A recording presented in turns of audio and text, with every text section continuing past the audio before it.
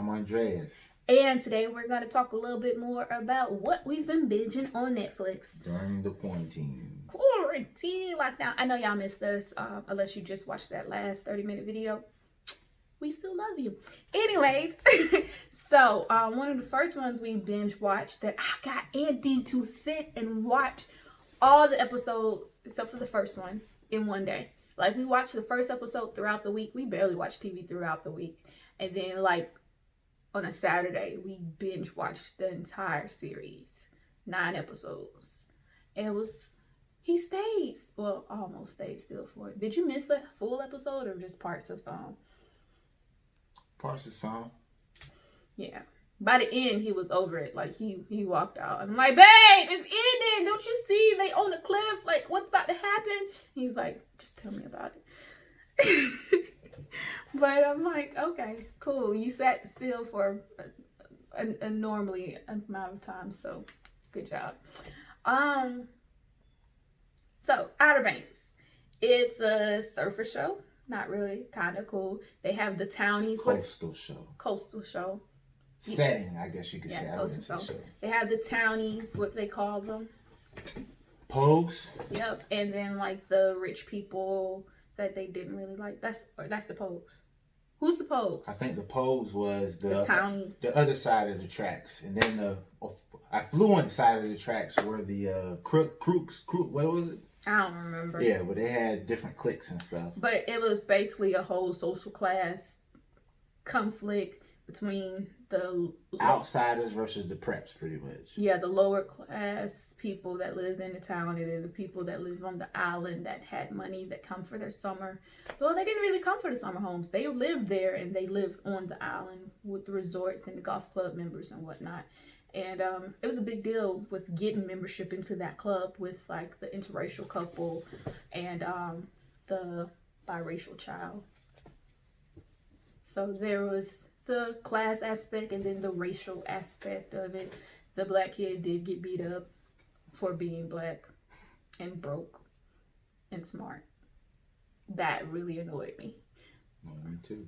But yeah, and it was so funny because you watched probably the first 3 episodes or 2 episodes because it was short episodes while I was cooking. So it was just like, I don't want to lose my scholarship, man. I can't miss my merit scholarship. I gotta study. I gotta interview. And by the end of it, it was just like, screw it. And I was like, is that the black kid? Why is he such a nerd? He's like, come look at it and see. But yeah. Definitely more concerned about grades. I appreciate that point, but then it was like redundant just throw it all away. What? I like this character because he, even though he was the quote unquote token black guy, quote unquote nerdy black kid, he was still like rambunctious. He was still mischievous with his crew. So things would happen to him, and sometimes he would have to get peer pressured into doing things. I was going to say, he wasn't mischievous. He was peer pressured. He was peer pressured to retaliate, but during the course of the story, he was like, yo, I'm retaliating. Like, this is what I'm doing. So I like the development of his character, but I don't think realistically that things that happen to him would happen. So yeah. Interesting. So, biracial chick. Why can't I remember anybody's names? It's been a minute. Everybody liked her. She was not of the town, but she was welcome because she just didn't get along with other people. Why was she welcome? She was black. She was pretty. The boys liked her, and I guess she was a good person. I guess. I mean, she was a good person. They owned a restaurant within the towny part, but they lived and worked in they were members of the country club. So that was interesting. Anyway, so Outerbanks is like, you were upset because people compared it to the Goonies. How was it compared to the Goonies? I don't know. It wasn't Goonie-ish. I mean, there wasn't any magic or anything, but they were on a scavenger hunt to find gold. The kid, the head of the crew, I would want to say, his father went missing a couple months prior, and he was basically trying to avoid being pulled into the system. His uncle was supposed to be there with him, but he never showed up, so he was living by himself and still managing to get into too much trouble to draw attention to him, skipping school, doing whatever, and trying to avoid getting pulled into foster care. Dude, stay out of trouble. Why is that so hard? And then other in the crew was the son of an alcoholic that beat on him.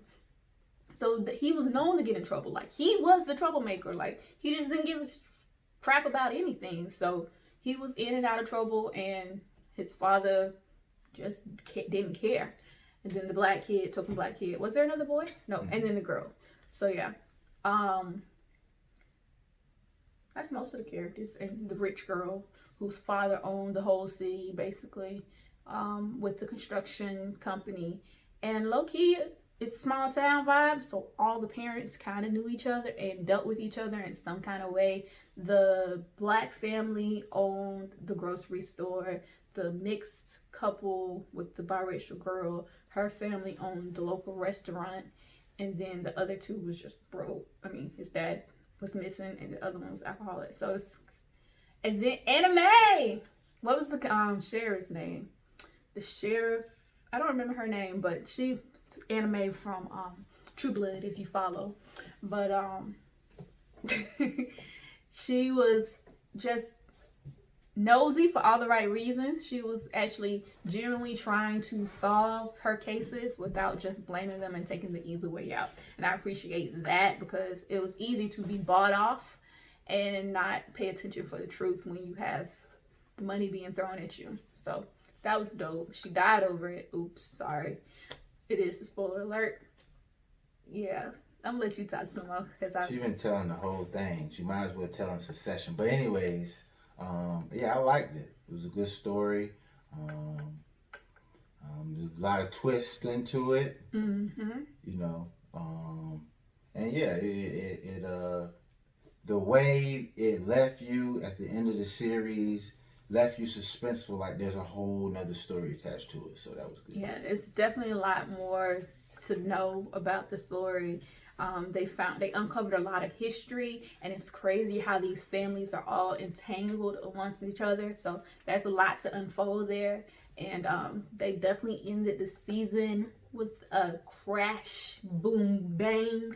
So it's like, what's going on? People don't know if they're dead or alive. Everybody's just hugging each other and serious. And it's the coast. So, of course, they got to deal with the hurricanes. So it's just interesting. I think the whole series took place over a week after a hurricane, or maybe even 3 days in a hurricane. So it's interesting. I liked it. Definitely look forward to season 2. Hopefully there is. And that was our review of Outerbanks. Go watch it on Netflix. Dun-dun. We should totally get the Netflix sound. Anyways, bye y'all. You got anything else? Boomerang. Talk about Boomerang by yourself.